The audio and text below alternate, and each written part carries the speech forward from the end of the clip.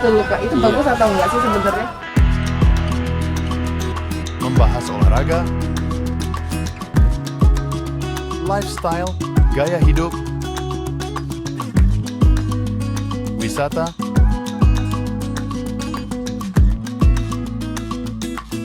budaya,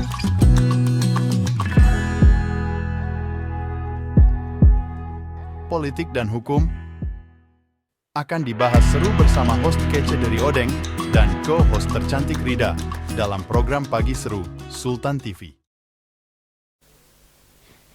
Assalamualaikum warahmatullahi wabarakatuh. Halo pemirsa setia Sultan TV dimanapun Anda berada. Selamat pagi pemirsa, apa kabarnya nih hari ini di hari Rabu 23 April 2025. Semoga kabarnya baik pemirsa dan tentunya aktivitasnya juga diberikan kelancaran pada pagi hari ini. Senang rasanya pemirsa kembali lagi bersama saya Raudlo Rida tentunya dalam program Pagi Seru. Ulas berita, kaku-kaku. Nah tentunya pemirsa ini kita juga tahu ya bahwa beberapa hari belakangan ini juga banyak sekali berita-berita ter-up-to-date yang terjadi baik di Indonesia maupun di mancanegara. Nah salah satunya ini pemirsa ada kabar duka yang tentunya juga masih menyelimuti ya khususnya para penganut Katolik ya, di mana ini memang Paus Fransiskus ini dinyatakan meninggal dunia pada hari Senin 21 April 2025. Dan ini juga Vatikan akhirnya juga resmi menyatakan wafatnya Paus Fransiskus lewat ritual sakral di Kapel Santa Marta. Nah ini juga ada beberapa potretnya nih ya pemirsa, bisa dilihat juga dan ini juga sudah ada di akun officialnya ya dari Vatikan sendiri, kemudian juga di berbagai media ini juga mengupload lah bagaimana gitu kan ya ini jasad dari Paus Fransiskus yang masih berada di Kapel Santa Marta. Nah, ini kalau kita lihat ya pemirsa, Kardinal Pietro Parolin yang merupakan Sekretaris Negara Vatikan, ini ada hadir ya di beberapa foto juga di dekat jenazah Paus Fransiskus. Nah, ini kalau kita lihat juga memang jenazah Paus Fransiskus ini ditempatkan dalam peti kematian di kediaman Santa Marta di Vatikan pada Senin lalu.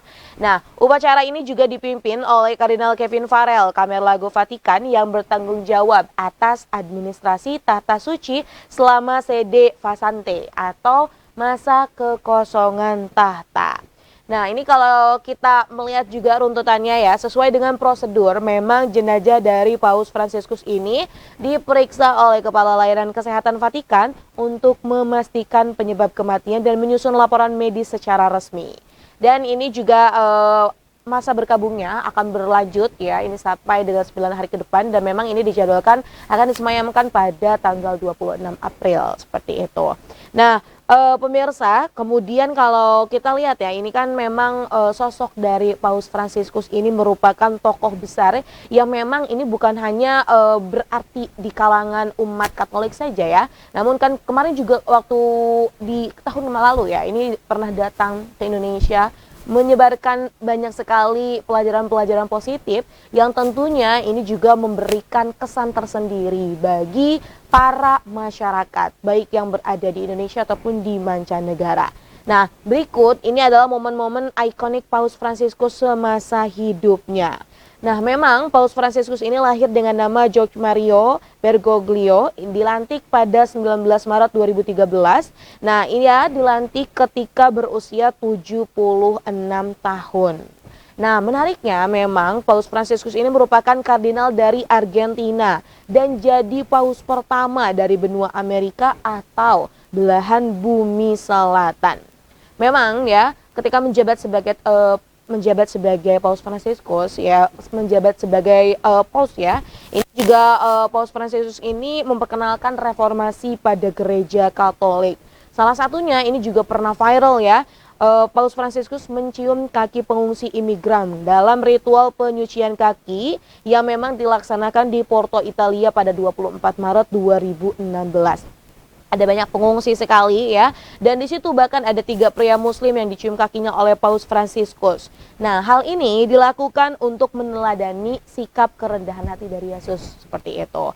Nah, kemudian juga gebrakan-gebrakan lainnya yang memang ini juga disoroti gitu ya, oleh banyak sekali masyarakat dari mancanegara terhadap kehadiran Paus Fransiskus adalah ia juga dikenal dengan komitmennya dengan perdamaian. Kerap mengunjungi negara-negara berkonflik. Ini Paus juga pernah tercatat mengunjungi Irak pada tahun 2021 dan Afrika Tengah pada tahun 2015.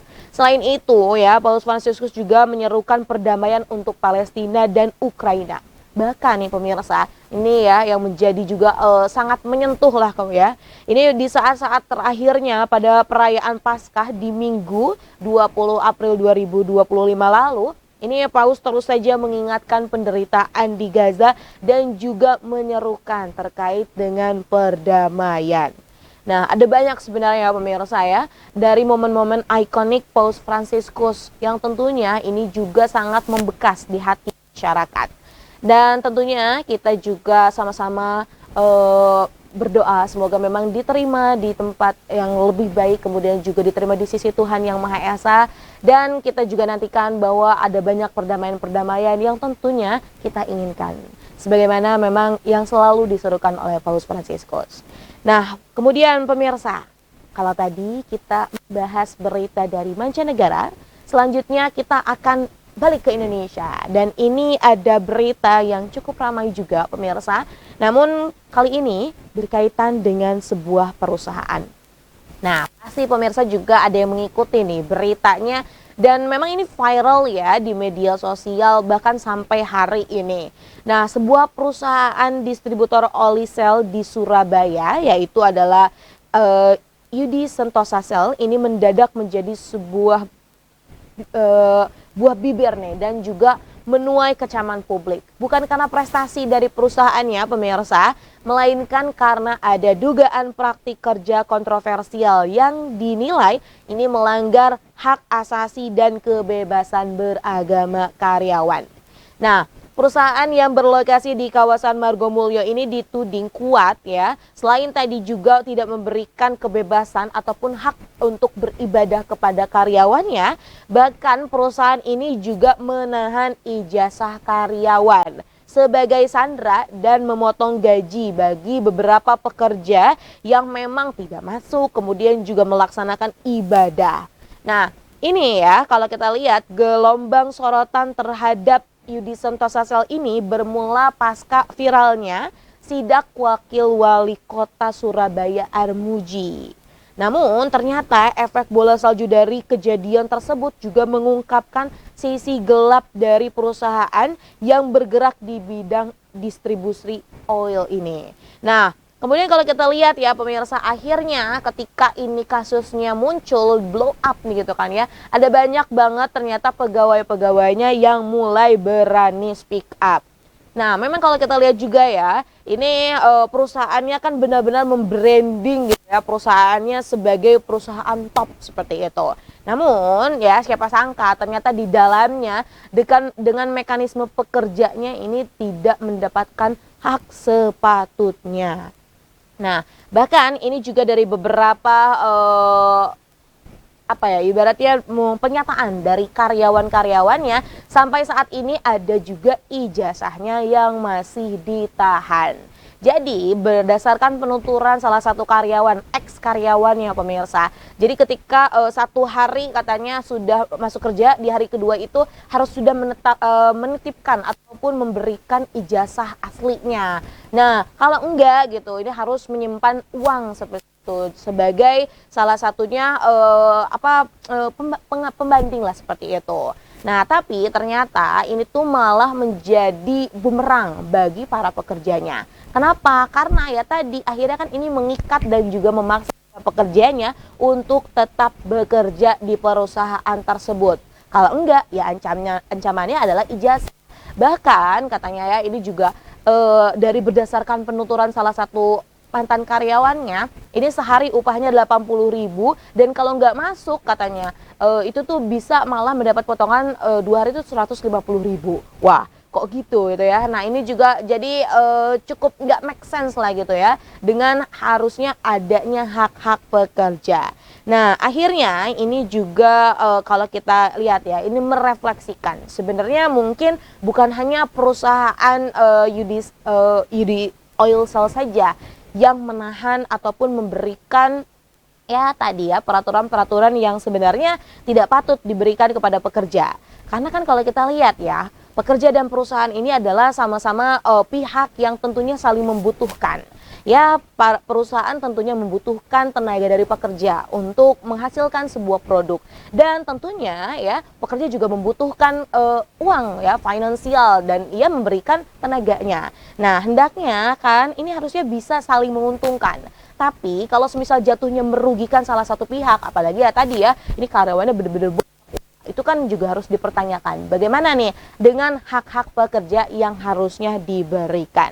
Nah ini juga akhirnya menjadi sebuah refleksi buat kita nih ya, bahwa seringkali memang ijazah yang ditahan itu menjadi tolok ukur dan pentingnya menilai seseorang di masyarakat khususnya di Indonesia. Nah ini juga harusnya ya kita lihat bahwa moralitas dan integritas seharusnya ini menjadi prioritas utama dalam menilai seseorang. Bukan hanya ijazah yang dimiliki. Ya tentunya ya seseorang dengan moralitas yang baik dan integritas yang kuat dapat menjadi aset berharga bagi masyarakat dan organisasi.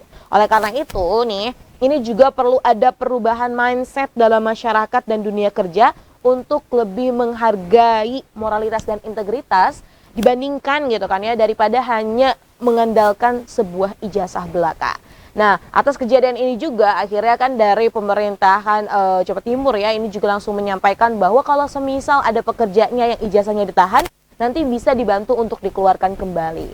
Namun ini tuh menuai berbagai respon dari netizen. Salah satunya, wah kenapa diterbitkan kembali, kenapa enggak diambil aja gitu kan ya. Apakah ini berarti pemerintah tidak punya kuasa yang besar gitu kan atas mengamankan rakyatnya sendiri. Nah tapi akhirnya pemirsa, ini juga buntut dari kejadian ini, perusahaan dari Yudi Sentosa Sel ini akhirnya resmi disegel pada hari Selasa ya oleh pemerintahan kota Surabaya. Nah ini tapi karena viralnya itu gara-gara menahan ijazah, ternyata ketika ditelusuri oleh pihak yang berwajib, kemudian juga oleh pemerintahan, ternyata memang dari gudang milik CV Sentosa Sel ini tidak mengantongi tanda daftar gudang atau TDG. Dan akhirnya ini memang harus disegel. Wah kan akhirnya ketahuan kan bobroknya kayak gimana. Ya jadinya make it deal aja lah gitu ya pemirsa. Dalam dunia kerja adalah kita bagaimana sebagai pekerja kita bekerja yang baik, kemudian juga sebagai perusahaan memberikan hak juga kepada pekerja yang baik. Tentunya ya kalau siklusnya seperti ini kan hasil pekerjaannya juga lebih baik lagi. Ya pemirsa, dua berita tadi.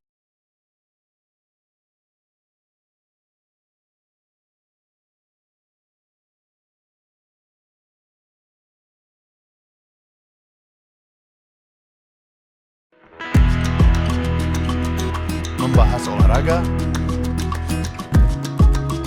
lifestyle, gaya hidup, Aduh gak enak alat. wisata,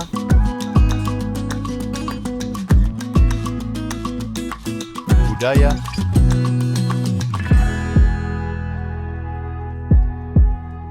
politik dan hukum akan dibahas seru bersama host kece dari Odeng dan co-host tercantik Rida dalam program Pagi Seru Sultan TV.